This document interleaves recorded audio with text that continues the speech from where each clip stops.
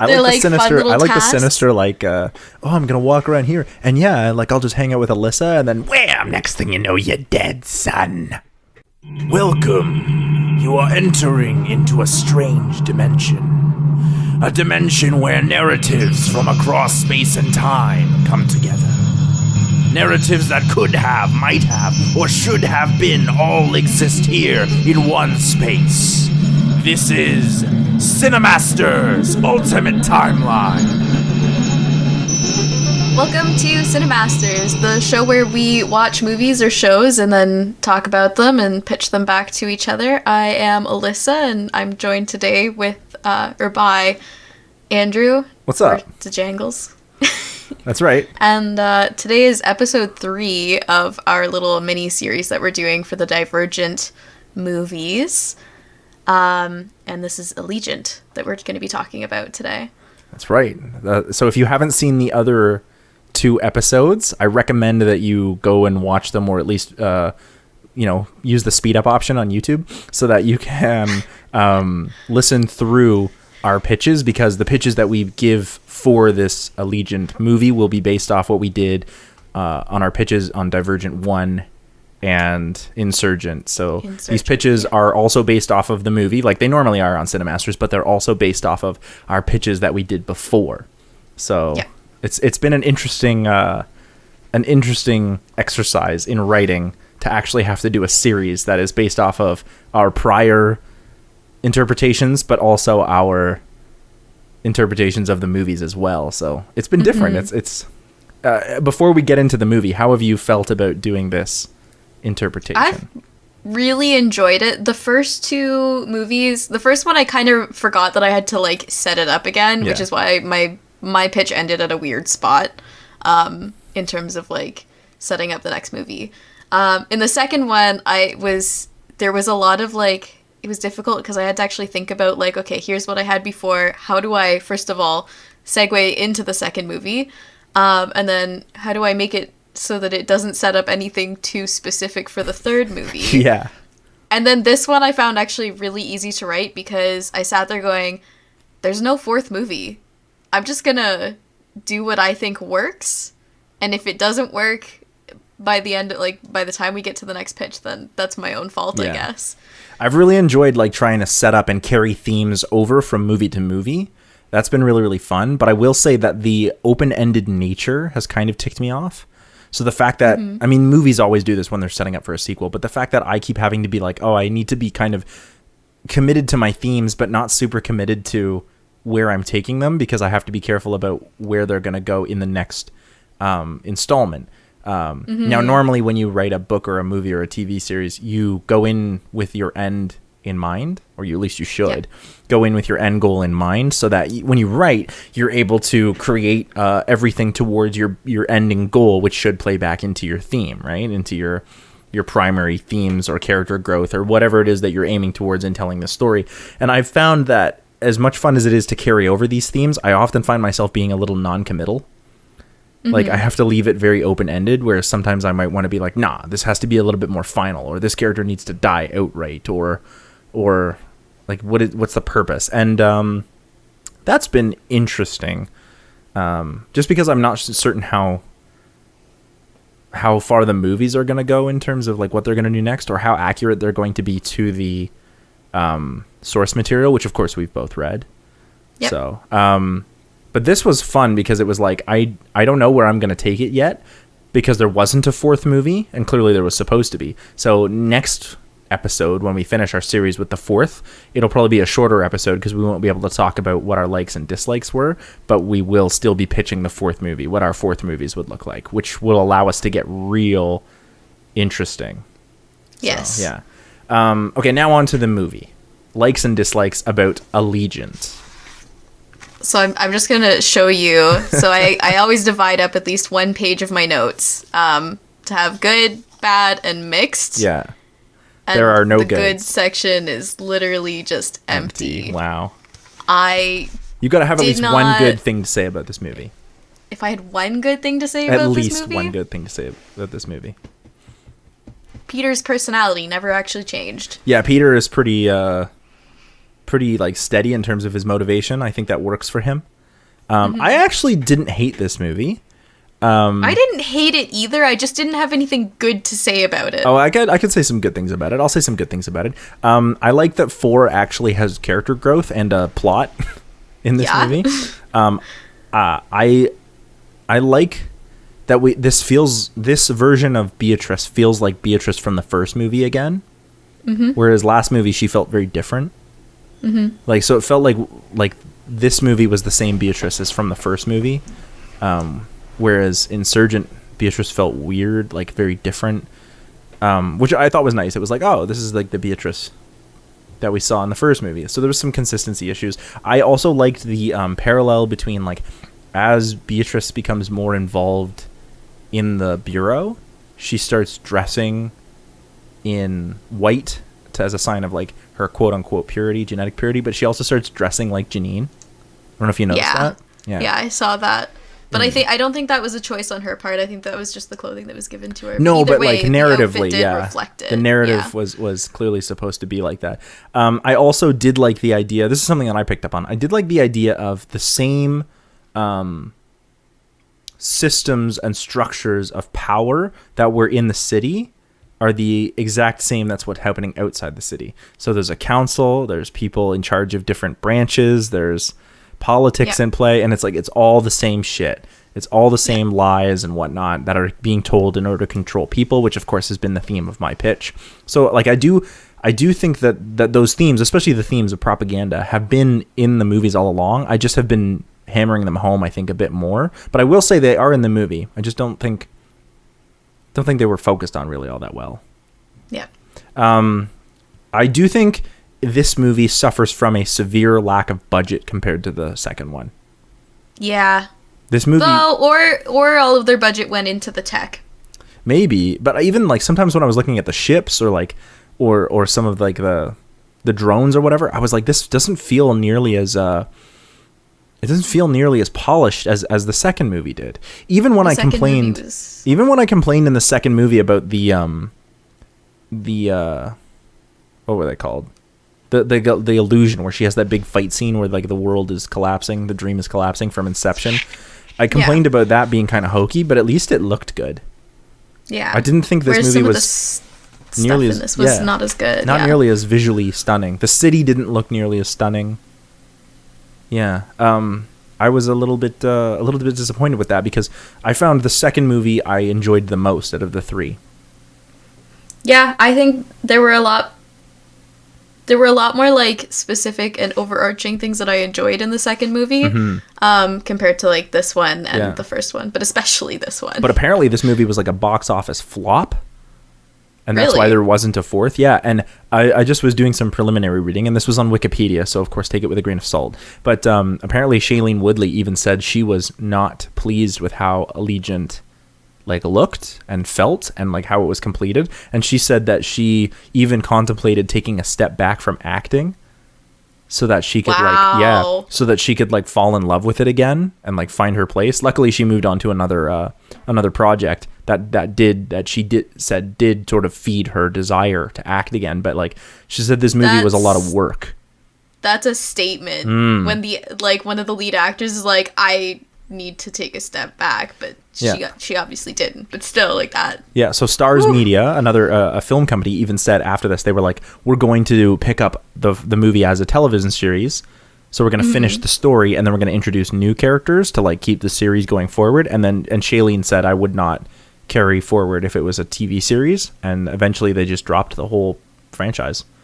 So total like off the side, but before we recorded our second episode, I had a dream the night before that like we were actually doing this episode, the third one, and that someone had like picked up our ideas and were like they were gonna make the remake the third movie, and then go into the fourth movie, and I was like, wait, what? They can't steal our ideas. But then I woke up and I was like, oh, we still haven't even done the second episode. No, I also want to put it out there that I don't think that the reason this movie is so bad is because the book is bad. The book is not my favorite. I've been pretty public about that. The book is not my favorite. The third book, in my opinion, is the weakest. The first book is the strongest, and in terms of movies, the second movie I think is my favorite, the strongest in my opinion. But I don't think the reason that it didn't get made into a fourth movie was because the book was so bad. I think it was probably like, I mean, there's many things we may not know about, right? It could have been, what was it like on set? What was the studio's need to get this done? What was the reason for splitting it into two movies? Because it's actually only one book, right? So there's some politics, I think, going on behind the scenes that may have affected how the movie was set up going forward, and that may have affected how the working conditions were for Shailene or Theo James or Ansel Elgort or Miles Teller or Zoe Kravitz or any of the other people who are in this movie. Jeff Daniels. Yeah. So yeah, lots of different reasons that way. I did have some like nitpicks with this movie. I found like the acting and stuff that was going on was a little bit hokier. I also thought this movie has like 4 or 5 times it uses an 808 bass drop. It does that like 4 or 5 times, and I was like, okay, but why? Like, it just feels hokey. Like it's a basic. I don't know. This movie. I guess there was also like allusions to like fascism and like genetic pure, like being genetically pure, like obviously like Nazism. I don't know. I just couldn't. There was some great ideas, but this movie pales in comparison to the second, which is hilarious because the second one wasn't even all that amazing. Yeah. Do you want me to get into my long list now? Yes, of course. I'll shut up for a second. The very first thing that I noticed was that obviously Trissa's hair had grown. It's like significantly longer and blonder. Yeah. So as someone who has hair that grows, you can tell that, when you see a solid like 3 or 4 inches of new hair, it's been at least a couple months. And it's supposed to be days. That's not... Your hair does not grow that fast unless there's some weird thing going on, but I don't think they've even figured that out yet. The weather, how did they prevent the acid rain from getting in the city? Exactly. How did they, like, a wall? I mean, I guess they're on the cliff, but still. No, but it doesn't make sense because camera wall that they keep talking about, the acid rain happens inside the camera wall. Yeah. Which means that, like, somehow they have to stop this acid rain from getting inside the city. The walls that we see would not do that. Yeah, nothing would do that. There were really bad slow-mo moments. The one thing that Evelyn said was, I was forced to give up my faction. I was like, no, you weren't. You left. Yeah, you chose to leave. Oh, no, that's not entirely true. She wanted to speak out against Marcus, and the faction said no. Yeah, and but so she chose to leave still. Yeah, she chose to have her death happen. But yeah. But I mean, that's sort of, let's be clear, like, that's sort of a non-choice. I guess. Like, you either shut up and take the abuse or you pretend to die. Like, I guess. That's a non-choice. Like as much as we're like, yeah, you chose to leave, it's also like being forced to, like, endure abuse is not really a choice. Like, I also don't want to say that a binary, like, it's not a binary, not all choices are a binary, but like abuse is a complex issue. But there were also other ways to leave. Of course, but I'm just gonna say, like, abuse is a complex issue. Yes, I know. Right? So, like, yeah. And I don't know if I'm qualified to even talk about this, but, like, the fact that they like faked her death and, like, helped her get out is also indicative of that probably wasn't the first time she tried to leave. True.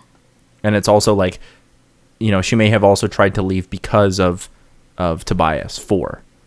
Right? So, like, there are complex reasons about why people stay with abusers and don't. We don't know if Evelyn even loved Marcus or why she was with Marcus. Like that's not really the point of the story. And so I just want to be careful when we talk about, like, why Evelyn left and her reasons for leaving, because she may have been forced out under the guise of a choice, or she may have chosen because there wasn't really a choice. Right. Yeah. Okay. That's all I want to say. Okay. And then my biggest thing with this whole thing was that I felt like there was a huge lack of research. Yeah. they kept saying, divergent, kind of the root of the word is like diverse, right? Well, to diverge means to move away from. True. Yeah. Okay. So, but like, if they were trying to fix the quote unquote damaged people who have had their genes altered to be a more specific kind of personality, you would think you would do that by mixing them all up and picking the best of all of the. And yeah, and like, trying to diversify the gene pool. And when they did that, they included someone from outside of the wall. Surprise, surprise. It worked. Yeah. But they were all sitting there going, wow, this is crazy. How could this have happened? Like, yeah, I was curious worked. about that too. What is Beatrice's mother supposed to be like undamaged? Is that the implication? Yeah. So Beatrice's mother was undamaged. Like she's one of the genetically pure. And then they put her into the city and she has a child who's also genetically pure. Like, that's not surprising. But apparently that's a surprise to everyone else. Yeah, that doesn't surprise me at all. So that's why I'm curious if Natalie Pryor was in fact actually pure, like maybe she was damaged but I don't know. Maybe. The movie never says anything about it, and the implication is that she worked with David. And so she was high enough up. So if she was high enough up, she was probably not separated by her genetic impurity. I don't know. It's really, I mean, it's so strange. There's also the possibility that that entire thing about Natalie Pryor was a lie formulated by David to give to. Because when I was watching that, I had the idea, like, what if it turned out that that it was that the memories that Triss was being shown were actually Janine, and Janine is somehow Beatrice's mother. I think that just would make it doesn't really work, but what if it would make it a little weird? Yeah, but Janine had been Beatrice's mother, and Natalie had like adopted Beatrice under like some weird circumstances, and I don't know, it would have been weird, but yeah. I don't think it was undoable. It struck me as like very strange to be like, I don't know. There's a couple things in there where I was just like, what? Why? There's a point in time where Beatrice is being hunted by the other ships as they're like trying to escape, and she just like miraculously learns how to fly. Yep. And they make it hard, but then immediately as she gets into the city, she cloaks. And it's like, why didn't you just cloak before you got in? Then they wouldn't have been able to fire on you. Yeah, and then how did you even figure out how to do that? But then also the gas, the forgetting gas. Yeah.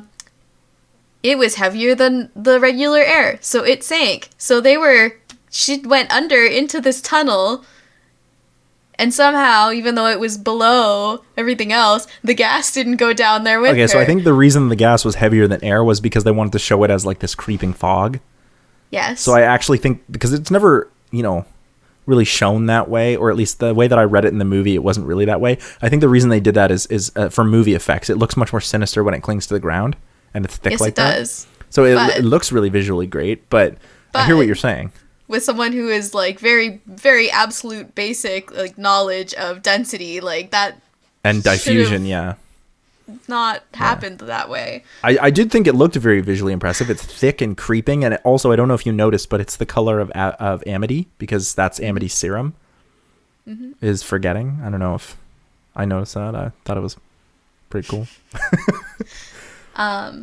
So my biggest plot hole. Those are my problems. My biggest plot hole was, so Caleb finds a choke point.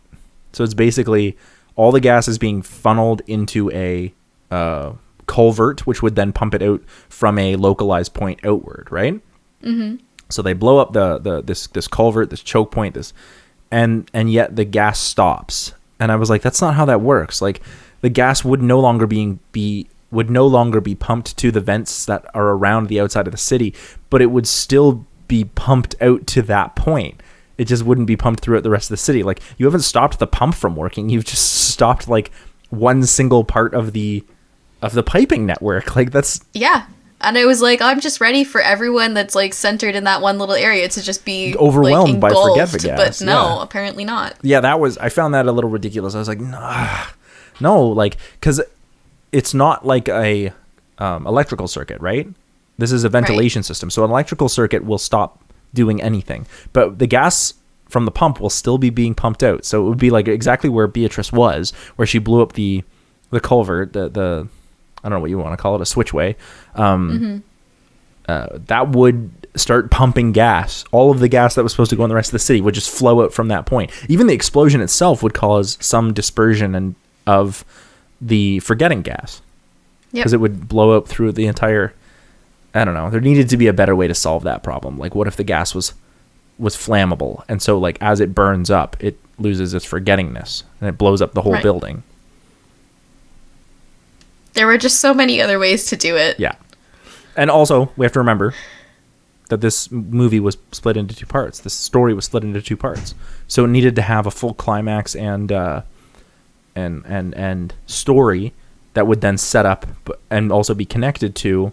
That was all taken from the source material of the third book. Yeah. So I think that's why it's the weakest. That's why it feels the weakest, is because they're trying to pull material apart. I would not have... I mean, I think the only reason that it got split apart is because that became the thing to do, right? The last Twilight movie was split into two. The last Harry Potter movie was split into two. The last Hunger Games movie was split into two parts.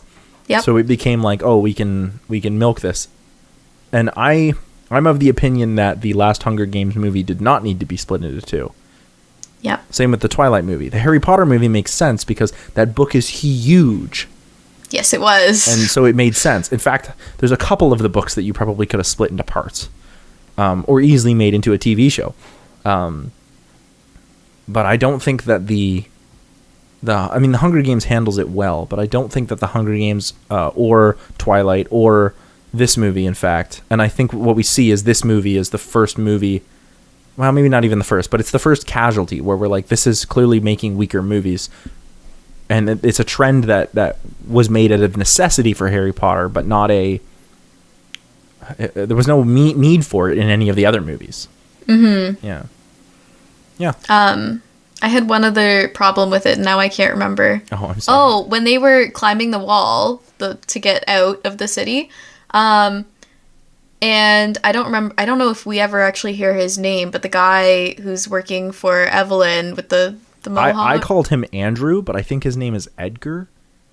Maybe? He was just like randomly shooting at the air while like running to the truck, and then somehow, even though that's what like all of them were doing, the one lady died, and I was like, I don't... Did you know her name before Beatrice screams it out when she's dying? No. Yeah, me neither. I was like, I know you've been in the movies, but I also don't care about you as a character. Yeah. Like, first, like, why are you here? One of my questions. Yeah. And who are you again? The tattoo artist? Yeah. Who's also, like, you just keep apparently conveniently showing up? Yeah. Yeah. Yeah. It was very strange. It was very strange. It was very strange. Any other, like, little things before we get into pitches? No. This movie was weak. I was a little disappointed with this movie because the second one I was like, okay. I don't feel like we're in like teenage world anymore with the second one. I didn't feel like, whereas this one, I hate the factionless. I hate the way the factionless like work in terms of it just feels like we're in Mad Max, and when they leave the city, it feels like we're in Mad Max again. Like I just constantly feel like we're in a society that functions the same way that Mad Max would. Like, that's why the factionless are like that. And then when they're on the outside, it's like this wasteland. I'm just like, it feels like Mad Max, but for teenagers. Although I did feel like the second one was less teenage drama-y. The first one certainly struggled from that one. But this one, I felt like we're dealing with bigger issues, but it still feels like we've gone back to teenage drama a little bit. A little bit, The conflicts are very basic when they don't need to be. I did like that there was a sort of a conflict on two fronts. There was sort of what was going outside of the wall, but they were still interested in what was going inside of the wall, the city. So, I did also, the one thing that I did miss on my list was that there was also like overdubbing, I think. Well, that's or like normal. voiceover. Have overdubbing. Yeah, but it was like you very mean like obvious. You mean like when they were in the factionless and like all of a sudden people would just be like screaming things out over the crowd, and it was like, yeah, you. It is very strange. It was just very. it was super obvious, but also while they were flying the ship at one point, or like the craft that they stole from, what's his name? David. And like the voices were just very like clear, even though they should not have been. Yeah, okay. So that's called ADR. And but no, yeah, I noticed it mostly when they were in, like, I was like, this feels weird. Like, why can it doesn't feel like a real crowd. It just feels like... It felt like something you would see in a video game. Yeah, a little bit, where it was like... Yeah, like this artifice. Whereas in a video game, you can let it go because they keep repeating the same thing over and over again, because as long as you're in that area, it's on a loop, right? Yeah. Whereas this felt like, it was like, this feels weak. It was very strange. Like, they were trying to make points, and it just wasn't landing in the way that they wanted to, I think. I don't know who the Foley artist for that crowd scene was, but it was strange. It was very strange. Yeah. Should we get into pitches? Yeah. Do you have... I think I've started for the past two. Do you want to start? Yeah, I'll go first. That's fine. So I've been playing up with this idea of propaganda, right? Yep. So this movie starts out with people moving out onto the walls only to have them close, just like we saw. But we're not starting with Four and Beatrice having their moment on the tower, because I don't care.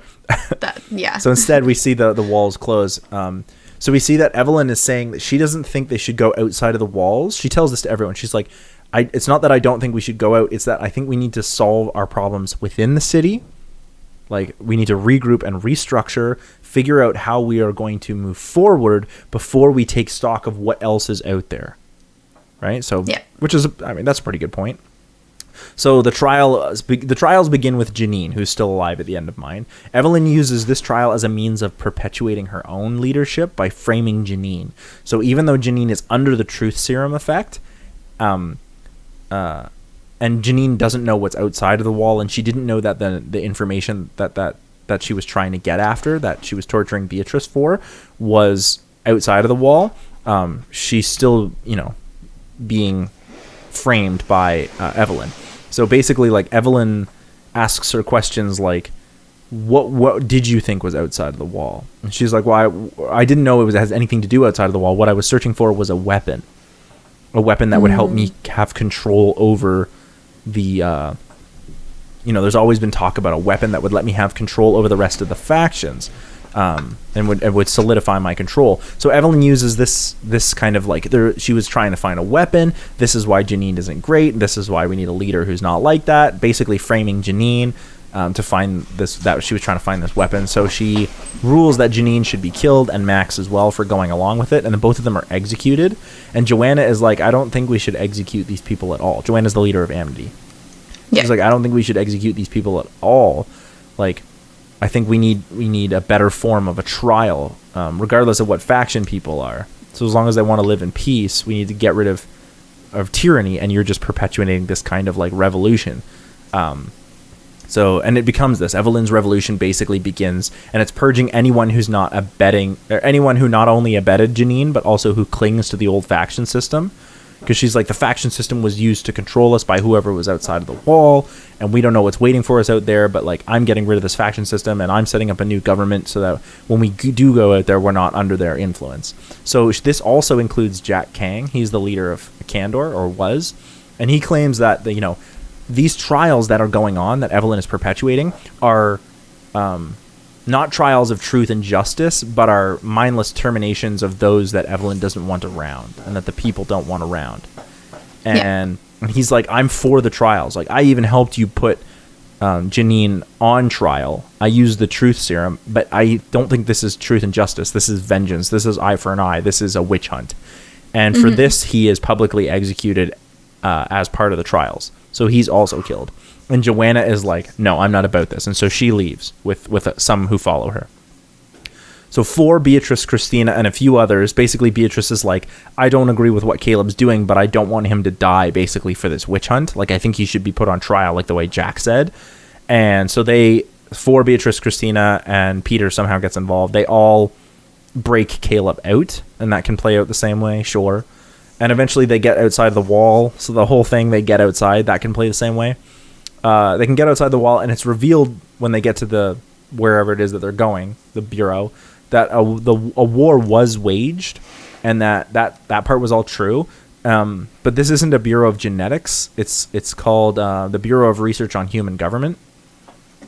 And so after the war, the human base basically wiped out most of itself out, like population-wise. And there's only a few pockets that still exist around the world. The Bureau was set up as a means of basically cultivating a city peacefully without the need for constant fighting. So the city of Chicago is there a way to set up a government without the need to like have someone take charge militaristically or violently or whatever? Can we just have a government set up? And that's what the factions were about. They were like, we'll just put a state government in place and see if that works. But everyone's disappointed because, the current civil war has, the experiment's not working. But this is not a bad thing, because David, the director, is basically like, no, I'm also interested in individual responses to certain stimuli. So the stress that's caused by this war and everything that you've gone through has caused you to interact and act in a certain way. And so even though we saw everything that was happening, we also saw that Janine was torturing you, and we saw like the kind of ways that you were forgiving yourself, and you forgave your mom, you forgave Janine, you even, forgave all these people, which we saw in the first movie when she was being tortured. And David is like, I'm particularly interested in Beatrice because she chose to forgive Peter and Janine after all these terrible things. And so, I think I'm interested in how your brain responds to violence and whatnot. So I am very interested in looking at you. Beatrice is sort of like, I don't think I'm that special, because like I also Tobias went through a huge amount of like hardship in his youth and torture and whatnot, and now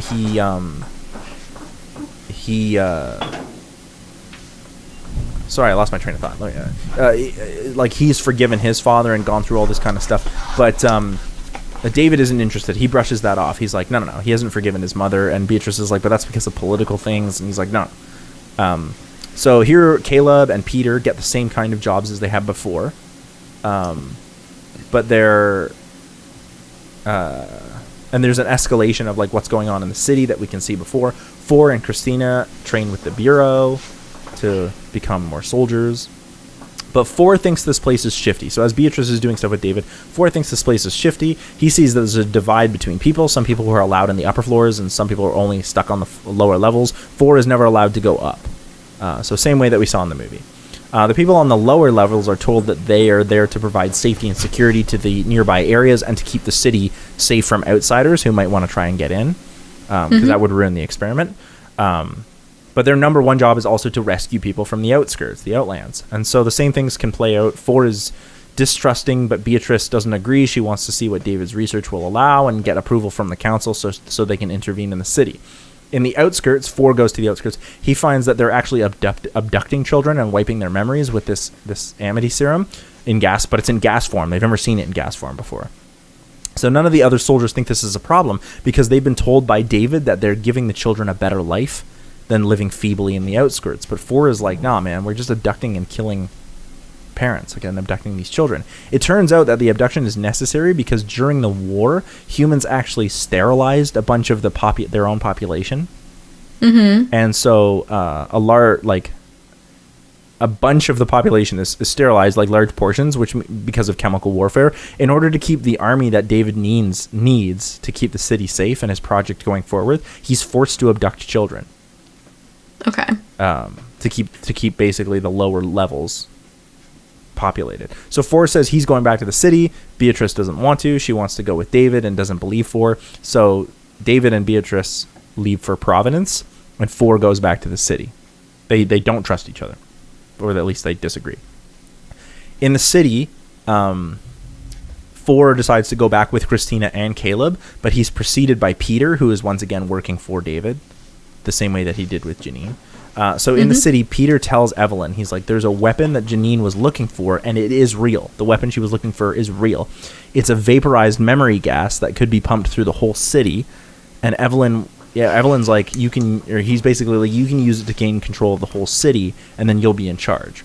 But Four shows up and tells her that you won't really be in charge because the people on the outside, like the Bureau, will always be in control of what goes on in the city. Christina and Caleb help to dismantle this pump. And then Evelyn concedes. Like, she's like, the only reason that I do believe you. I do believe you that I'll never be in charge, and I'm going to acquiesce, and I'm not going to use this. But the only reason she does this isn't because Ford is her son, but she does it because she knows that because Peter was the one who told her about the weapon, and Peter learned it from people on the outside, the reason that they wanted her to use it was that they were manipulating her. So she puts that 2 and 2 together, and so she's like, I'll never be in control if I do what they want, so I'm going to get control back, and that's why I'm not going to do what they want. So, yeah. And so she agrees, like, we'll all band together, even with Joanna, and we'll fight against the Bureau. So meanwhile, Beatrice and David reach Providence while they meet the council, and Beatrice realizes that the council on the outside of the wall is exactly like the council of factions that they had inside the city. The point of this council and the Bureau is basically to study ways of governing and controlling people through information, like my theme has been, and what individuals' reactions to war and peace are. So the Bureau understands like they basically control and manufacture civil wars and systems of government within the city to see what the effects on people are and what the best way to control people is. So the memory gas that David told Peter about is actually what they use whenever they're ready to reset the system and give people, and then they like give people new memories and see how they respond under these new government systems and new civil wars that they create. And then they always send in someone new to set up the systems and new government and new memories. In this case, this was actually Beatrice's mother who set it up. And the faction system was not 200 years old, but it's actually only about 30 years old. And everyone's memories have just been altered to make them think that it's that old. So long enough to, and it was basically 30 years is long enough to see what worked about that faction system and then what kind of coups and how that would take place. And it's all basically, they've been repeating these experiments over and over again with new government systems and new faction styles, and sometimes 5 factions and sometimes no factions and sometimes 6 factions, and sometimes they're not called factions and stuff like that. So the council's aggravated to find out that the gas pump was stopped by the people in the city. Beatrice asks why they even let people outside the city, and David says, well, we need to see which people can reach us outside the city to see which kind of people are the most resilient or most forgiving or most hopeful, like you and Four and others, because we need to see why people are built that way, what causes them to, the stimulation or upbringing or whatnot. So then what we can do is have people like you, Beatrice. The reason I brought you here is because we're going to torture you and see how your brain reacts to it. Because we want to see what kind of stimuli you could withstand and how your brain reacts. And so they then lead Beatrice off to be tortured, and we see the city of Chicago readying itself against the future of the weapons of the Bureau and the Council. And that's setting myself up for big conflict. I'm a little nervous now. I should have gone first. Go for it. Hit me. Okay, so just a recap. Four is now female. Not now. She's always been female in your version. She's always been female. I just want to be clear that she's not that she couldn't be trans, but that the point is that she was female, not that she was trans. Yeah. And in the last movie, I also made it so that she is also 100% Divergent or whatever as well as Triss. Yeah. So also Divergent was kind of more about like finding your place. Insurgent was about like building and growing relationships. And Allegiant, I've kind of decided, is going to be more about like trust or faith. And yeah, okay. So it starts in the very same way that the original starts, not with the awkward kissing scene, because that was, again, why I think that I would rather have it so that the two characters are just kind of sitting and chatting, because that's kind of how I've built their relationship, is to be like, are they officially together yet in your version? As of this the start of this movie, okay, yes.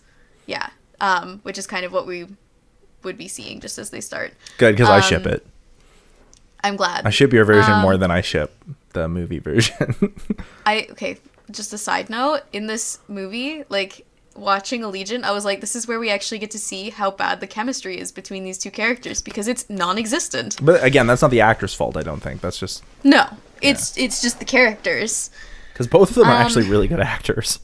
Yeah. Anyways, so Janine is still alive, but she has to undergo a trial, along with the rest of her entourage. Tris, For, and Christina have already decided that the three of them are going to leave the city, whether or not they have Evelyn's blessing, and so they're already preparing to go, even before the trials start. So after Janine's trial and, what is his name? Max? Yeah, Max. Yeah, so after Janine and Max both go through their trial and get, like, brutally executed in front of everyone, the group is like, all right, we really need to get out of here. And you can see, again, Tris and For decide that they're going to save Caleb, and Peter manages to just hop on along. Same thing. But before they go, Evelyn knows that they want to leave, so she's trying to convince For that she and Tris would make great leaders within the new government that they're trying to put up. And they decide that they're not really ready to trust Evelyn and the factionless yet. So, especially after Janine and Max's trial, they're like, yeah, no, we really need to get out of here because this is not something that we want to be a part of quite yet. And so before they go, they're like on their way out, still preparing to leave. Joanna kind of corners them and is like, hey, I'm kind of upset that you're leaving when we really need you, but also we need to figure out what's going on beyond the wall. So, you know, I'll try to keep the peace as long as I can, but be quick. Because I don't know how long it's going to be before Evelyn's paranoia and power struggle will kind of throw things into chaos. So the five of them, it's For, Tris, Christina, Peter, and Caleb, all manage to escape. No one dies. And basically I wouldn't change anything up until they get into the facility. That all checks out. So once they're there, they get a night to rest and recuperate before being given their work. What's the word? Assignments, thank you. And so Christina's going to become a soldier, Caleb is going to do the watching, reporting, research thing he was doing, and Peter is going to become Tris and For's guard, along with one of the people from the facility. So it was him, and I don't know if we ever learned his name, the guy that helped out For in the crash. William or Billy. Something like that? Yeah. So, in terms of trust at this point, For and Tris don't trust that Peter's loyal to Chicago. Peter doesn't trust that For and Tris have what it takes for getting the job done. And in this case, the job is to take over Chicago and fix what's going on and get themselves into a good situation in terms of power. Christina is starting to lose trust in her friends as they begin getting chummy with the director, especially as she's starting to see some really sketchy things happening within the lower levels. So essentially what you're saying is that Beatrice and For occupy the role of Beatrice from the movie, whereas Christina occupies the role of original For? Yes, but slightly differently now. Yeah. But I really wanted to make sure that Christina had a place in the movie because she was there and then she wasn't, and then she was there and then she wasn't, and then she was there. Christina doesn't really and have a role in any of the movies, really. Yeah, she really doesn't. So I wanted to actually give her, like, a role. And then, where am I? Oh, the director doesn't trust that the group from Chicago really understands the situation within Chicago. And he also doesn't trust the council to let him continue on with his experiment. And basically, like, no one trusts anyone at this point except Tris and For they've got each other's backs because they have communication skills, unlike Tris and For in this movie. So on the flip side, back in Chicago, Joanna is continuing to tell Evelyn that the two groups need to work together to figure out a way for everyone to survive, because without the 5 factions, we don't have a specific group growing food, we don't have a specific group taking or paying attention to like law and order and justice, and they don't have people, and like everyone is mostly kind of on this law and order and also military soldier, thing. Like, that's kind of everyone's focus right now. Like, where are they getting their rations? Where, like, there's a whole lot of stuff that's missing right now. And so Joanna is trying to figure this out, but Evelyn's like, no, you're just trying to take control. You're just trying to take over again and then put the faction system in place, and the factions weren't working. And it's just, a power struggle going over there.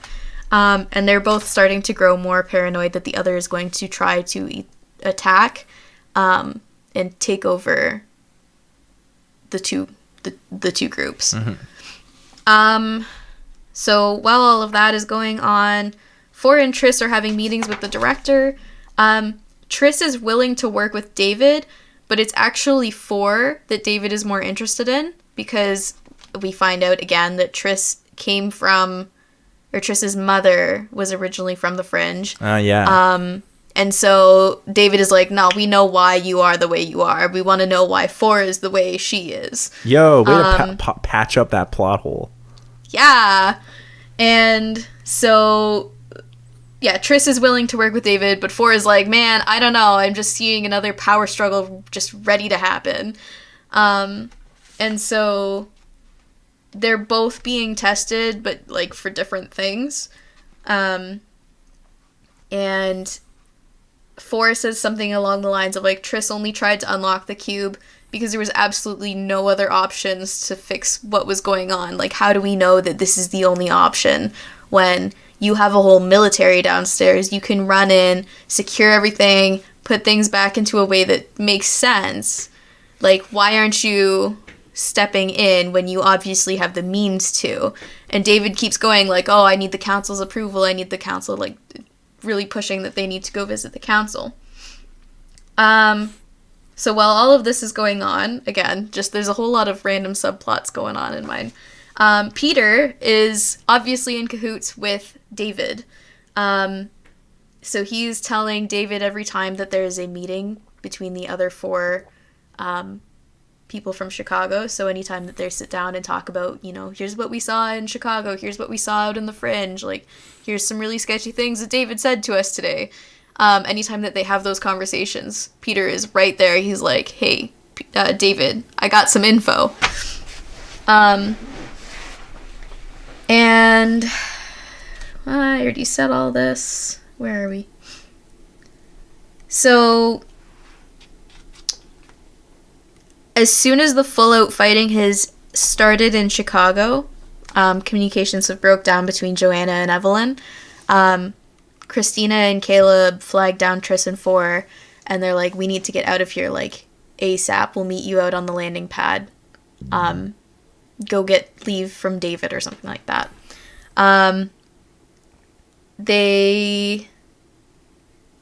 David actually calls them up before they have the chance to, like, go and request to leave, and then they have to pretend that they're just learning that Chicago's communications are breaking down.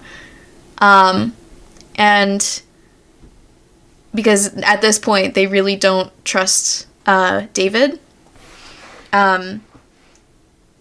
So instead of letting David take them to the council to go and get this, you know, last minute funding or approval to go intervene, they actually just hijack his ship instead. Where am I? And then drop down and pick up Christina, Peter, and Caleb.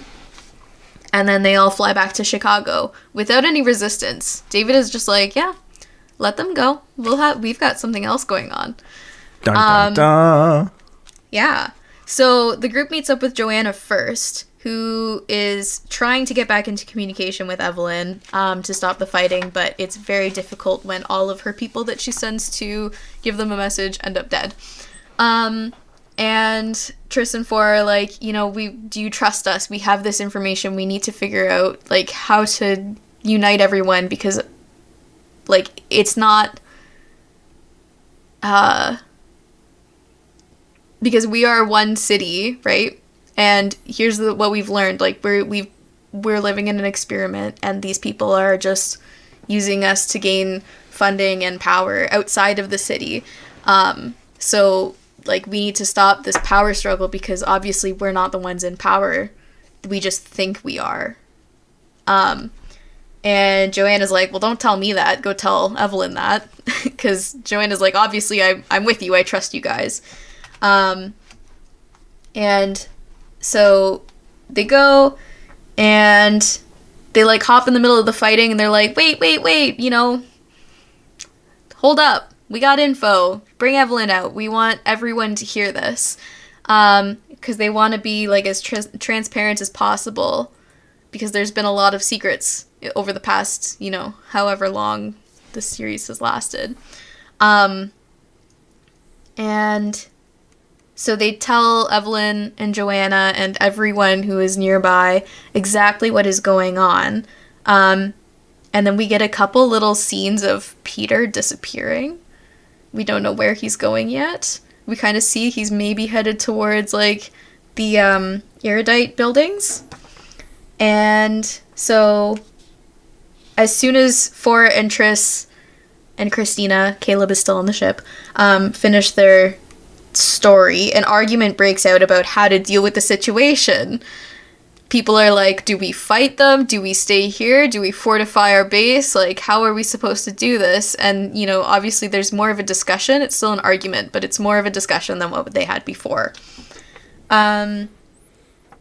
So all of a sudden, we see the orange gas start to fall in only one section of the city. And it's, like, the closest section to them, within, like, the erudite and factionless kind of border that was there. And no one really recognizes it except Christina, who has seen it in action out on the fringe when they're wiping the children's memory. Where am I? So they immediately, like, call up Caleb and they're like, we need to figure this out. Where is this coming from? Do they have access through the pipes to the city or something? Like, and Caleb was like, no, it's coming from erudite. It's in that building. So everyone immediately starts storming erudite, and then we see Peter and they're just pressing buttons. And he's got, like, a call to David going on. We're like, oh no, you know, what's going on? I don't know why I said that way, but anyways. I like the way you said it, like, oh no. So, oh, Peter, and everyone's got their hands on their hips, like, Peter. Yeah. And he's like, wah wah. So Peter is, you know, having some fun. He notices, like, oh, they're coming into the building, so he hits a button, and then all of the orange gas starts to come out of the vents in the erudite building, and so they have to rethink it. And they find out that there is one main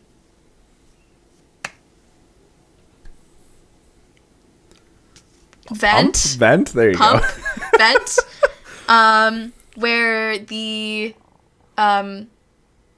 what's it called is actually, like, going from, like, a storage thing into the vault. Yeah. Where, or, like, just a little bit around the vault where Peter is controlling it, and then that breaks off into the different things.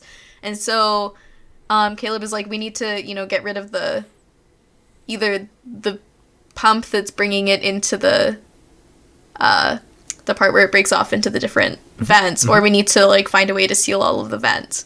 And so obviously the easiest one would be to just find the one spot where it's coming in.